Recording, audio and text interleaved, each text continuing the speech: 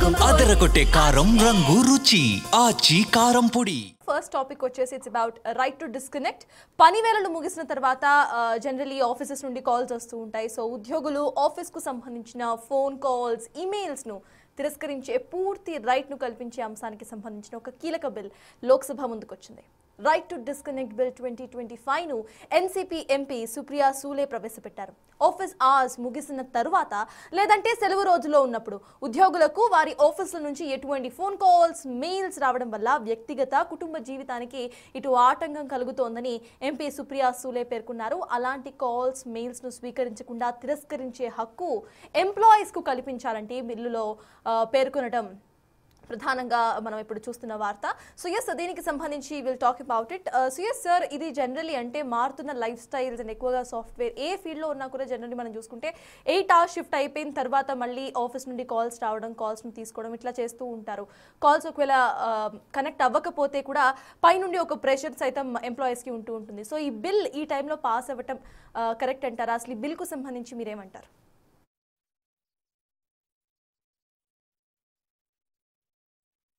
కావడం వేరు, ప్రవేశపెట్టడం వేరు. It just introduced in Lok Sabha did not pass it. అది కూడా ఇది అధికారిక బిల్లు కాదు, అంటే ప్రభుత్వం పెట్టిన బిల్లు కాదు. ఇది ప్రతిపక్ష సభ్యురాలు, ఎన్సీపీ నాయకురాలు శరద్ పవార్ కూతురు సుప్రియా సూలే ప్రవేశపెట్టారు. అంటే పార్లమెంట్లో, శాసనసభలో, చట్టసభల్లో వారంలో ఒకరోజు ప్రైవేట్ మెంబర్ లెజిస్లేషన్ ఉంటుంది. అంటే ఎవరైనా పార్లమెంటు సభ్యుడు తాను ప్రతిపాదించేటువంటి బిల్లును ప్రతిపాదించవచ్చు. కానీ చాలా సందర్భాల్లో ప్రభుత్వం దానిపైన స్పందించాక ఆ బిల్లును ఉపసంహరించుకుంటారు. ఎందుకంటే ప్రభుత్వం అంగీకరించకపోతే బిల్లు పాస్ కాదు. అందువల్ల బిల్లు పాస్ కావాలంటే అధికారంలో ఉన్నవారు దాన్ని అంగీకరించాలి. అందువల్ల ఇప్పటికీ మోడీ ప్రభుత్వం ఈ బిల్లునేమి అంగీకరించలేదు. ఇప్పుడు కేవలం ఇది అఫీషియల్ బిల్లు కూడా కాదు. అఫీషియల్ బిల్లు అయితే గ్యారంటీగా పార్లమెంట్ ఆమోదం పొందుతుంది అని మనం కంక్లూజన్కి రావచ్చు. ఇది అఫీషియల్ బిల్లు కాదు. ఇది కేవలము ఒక అపోజిషన్ మెంబర్ ప్రవేశపెట్టినటువంటి బిల్లు మాత్రమే. ఇప్పటి వరకు అధికార పార్టీ కానీ, ప్రభుత్వం కానీ రైట్ టు డిస్కనెక్ట్ అనే కాన్సెప్ట్ పైన తమ అభిప్రాయాన్ని చెప్పలేదు. పైగా ఇటీవల న్యూ లేబర్ కోడ్స్ అని కార్మిక సంస్కరణలను చేపట్టింది మోడీ ప్రభుత్వం. ఇందులో క్లియర్గా ఉద్యోగులకు, వారి కార్మికులకు వ్యతిరేకంగా యజమానులకు అనుకూలంగా చట్టాలని సవరించారు. సో దాని వ్యతిరేకత ఆల్రెడీ దేశమంతా వ్యక్తమవుతుంది. అందువల్ల పెట్టుబడులను ఆకర్షించాలి కనుక యజమానులకే అన్ని రకాల సదుపాయాలు ఉండాలి, వర్కర్స్కు ఉండాల్సిన అవసరం లేదని భావిస్తున్న ఒక పొలిటికల్ ఇకోసిస్టమ్ ఉన్న సమయంలో ఈ బిల్లు ప్రవేశపెట్టారు. అందువల్ల ప్రభుత్వం దీనికి అంగీకరిస్తుందా అనేది ఒక ప్రశ్నార్థకమే. ఒకవేళ పార్లమెంట్ ఆమోదించినా ఇది కార్పొరేట్ రంగానికి మాత్రమే వర్తిస్తుంది, ఆర్గనైజ్ సెక్టార్ తప్ప అసంఘటిత రంగంలో అది ప్రాక్టికల్గా సాధ్యం కాదు.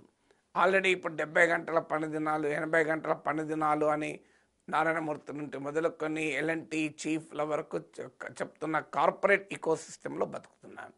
ఇంకోవైపు లే ఆఫ్లు, అసలు జాబ్లెస్నెస్, హైరింగ్ ఫ్రీజులు, హైరింగ్ తగ్గిపోవడం ఉన్న కాంటెక్స్ట్లో బార్గెనింగ్ పవర్ అనేది పనిచేసేవాడికి లేదు. బార్గెనింగ్ పవర్ యజమానికి ఉంది. అందువల్ల ఈ పరిస్థితుల్లో ఒకవేళ పార్లమెంట్ ఈ బిల్లును ఆమోదించినా ఎంత మేరకు అమల్లోకి వస్తుందనేది పాయింట్. కానీ but it's a very interesting concept. ప్రపంచంలో కొన్ని దేశాలు ఆల్రెడీ ఈ భావనను తీసుకొచ్చాయి. ఎస్పెషల్లీ ఇటీవల టాక్సిక్ వర్క్ కల్చర్ గురించి దేశమంతా చర్చ జరుగుతున్నది. మీకు అన్నా సెబాస్టియన్ అనే ఒక యంగ్ చార్టర్డ్ అకౌంటెంట్ ఒక గ్లోబల్ కన్సల్టెన్సీ ఫామ్లో పనిచేస్తూ పని ఒత్తిడికి తాళలేక హార్ట్ అటాక్ చనిపోయిందన్న వార్త దేశాన్ని కుదిపేసింది. ఈ మధ్య తమ ఇంట్లో తన సొంత పెదనానో చిన్నానో చనిపోతే కూడా నీవు డెడ్ బాడీ అక్కడ ఇంట్లో ఉండగా కూడా మీటింగ్ అటెండ్ కమ్మని మేనేజర్ ఫోర్స్ చేసిన ఉదంతం మనం చూసాం. ఇంకా మూడో ఉదాహరణ, భార్య తొలిచూరు సంతానాన్ని కనటానికి హాస్పిటల్ అడ్మిట్ అయితే నీ భార్య డెలివరీ అవుతుంది కానీ నువ్వేం చేస్తావు, నువ్వు పని చేయి, కావాలంటే ల్యాప్టాప్ పట్టుకుని పోయి ఆ లేబర్ రూమ్లో కూర్చొని పనిచేయని మేనేజర్ చెప్పిన దుర్మార్గం చూసాం. ఇవన్నీ ఇక ఎల్ఎన్టీ చీఫ్ అయితే ఆదివారం రోజు ఇంట్లో కూర్చొని భార్య మోహన్ చూస్తూ ఏమంటావు, బోరు కొట్టదా అన్నాడు. సో ఇవన్నీ చూసినప్పుడు ఏమవుతుంది అంటే రైట్ టు డిస్కనెక్ట్ అనేది కీలక ప్రాధాన్యత ఉంటుంది. డెఫినెట్గా ఒక ఎంప్లాయర్ రిలేషన్షిప్ బాధ్యతతో కూడుకుంది. నిజంగానే ఎమర్జెన్సీ వచ్చినప్పుడు ఖచ్చితంగా అది సండే అనో లేదా వీకెండ్ అనో లేదా వర్క్ అవర్స్ అనో ఒక ఎంప్లాయీ ఇర్రెస్పాన్సిబుల్గా ఉండాల్సిన అవసరం లేదు. ఖచ్చితంగా ఆ రెస్పాన్సిబిలిటీని ఉద్యోగికి కూడా పాటించాలి. ఏదైనా ఎమర్జెన్సీ వస్తుంది, సో ఏదైనా సాఫ్ట్వేర్ గ్లిచ్ వస్తుంది, అర్జెంటుగా ఉద్యోగి అటెండ్ కావాల్సి ఉంటుంది, ఆ బాధ్యత ఉండాల్సిందే. కానీ ఇది వికృత స్థాయికి చేరి ఉద్యోగుల యొక్క మిషన్లుగా యంత్రాలుగా భావిస్తూ ఒక టాక్సిక్ వర్క్ కల్చర్ ఎన్విరాన్మెంట్ అనేది పెరిగింది. ముఖ్యంగా ఇప్పుడు ఐటీ సెక్టార్లో చూస్తాం, రాత్రి 10 దాకా 11 దాకా కూడా పని చేయించుకునేటువంటి సందర్భాలు ఉన్నాయి. గంటలు మీటింగ్లు పెట్టే సందర్భాలు ఉన్నాయి. అలాంటి సమయంలో రైట్ టు డిస్కనెక్ట్ అనేది కీలకం. ఎందుకు కీలకం? Right to disconnect with everything కాదు, right to disconnect with work. దేని కొరకు? అది right to connect with family, right to connect with life, right to connect with ఇతర అభిరుచులతో కనెక్ట్ కావడం. ఒక మనిషి కేవలం ఉద్యోగమే చేయడు. మనిషికి ఒక అనేక రకాల అభిరుచులు ఉంటాయి. ఒక సంపూర్ణ మానవుడిని సృష్టించేది డబ్బు సంపాదనే కాదు, వృత్తి ధర్మమే కాదు. సంపూర్ణ మానవునికి అనేక రకాల ఆసక్తులు ఉంటాయి. నాగేశ్వర్ అనే వ్యక్తికి పాఠాలు చెప్పడం వృత్తి కావచ్చు, కానీ నాకు తెలుగు పద్యాల మీద ఆసక్తి ఉండొచ్చు, ప్రకృతిని ఆస్వాదించడంలో ఆసక్తి ఉండొచ్చు, నాకు ఇంకోటి ఆసక్తి ఉండొచ్చు. మరి నేను కేవలం నా వృత్తే చేయాలంటే న్యాయం కాదు కదా. ఒక సాఫ్ట్వేర్ ఇంజనీర్కు బ్యాడ్మింటన్ ఆడడం ఇష్టం ఉండొచ్చు, ఒక సాఫ్ట్వేర్ ఇంజనీర్కు మ్యూజిక్ ఇంట్రెస్ట్ ఉండొచ్చు.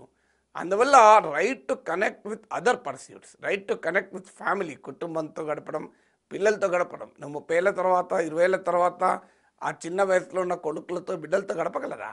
ఇప్పుడు భార్య డెలివరీకి ఉన్న సమయంలో ఆ పక్కన లేక ఉంటా భర్త ఎన్ని కోట్లు సంపాదిస్తే ఏముంది? అది దండగా నా తగలబెట్టడానిక?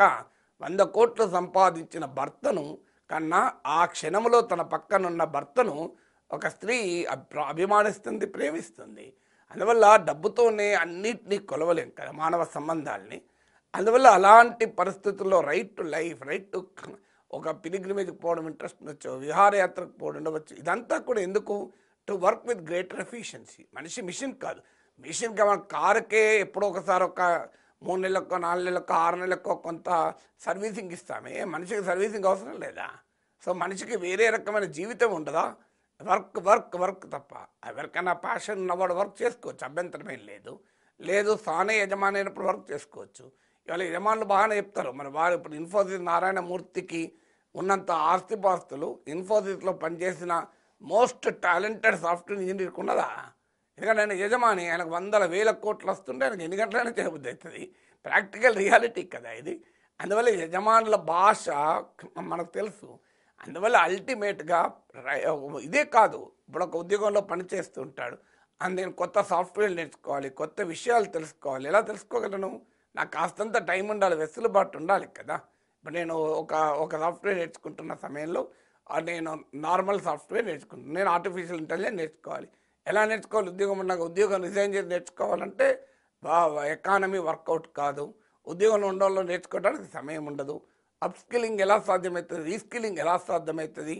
అందువల్ల right to connect with other pursuit, right to connect with other aspects of life, right to connect with other emotions of life, ambitions of life కొరకైనా రైట్ టు డిస్కనెక్ట్ ఉండాలి కదా.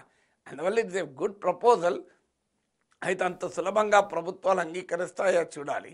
ఒకవేళ అంగీకరించినా దాన్ని ఎంత సిన్సియర్గా అమలు చేస్తాయనే చూడాలి.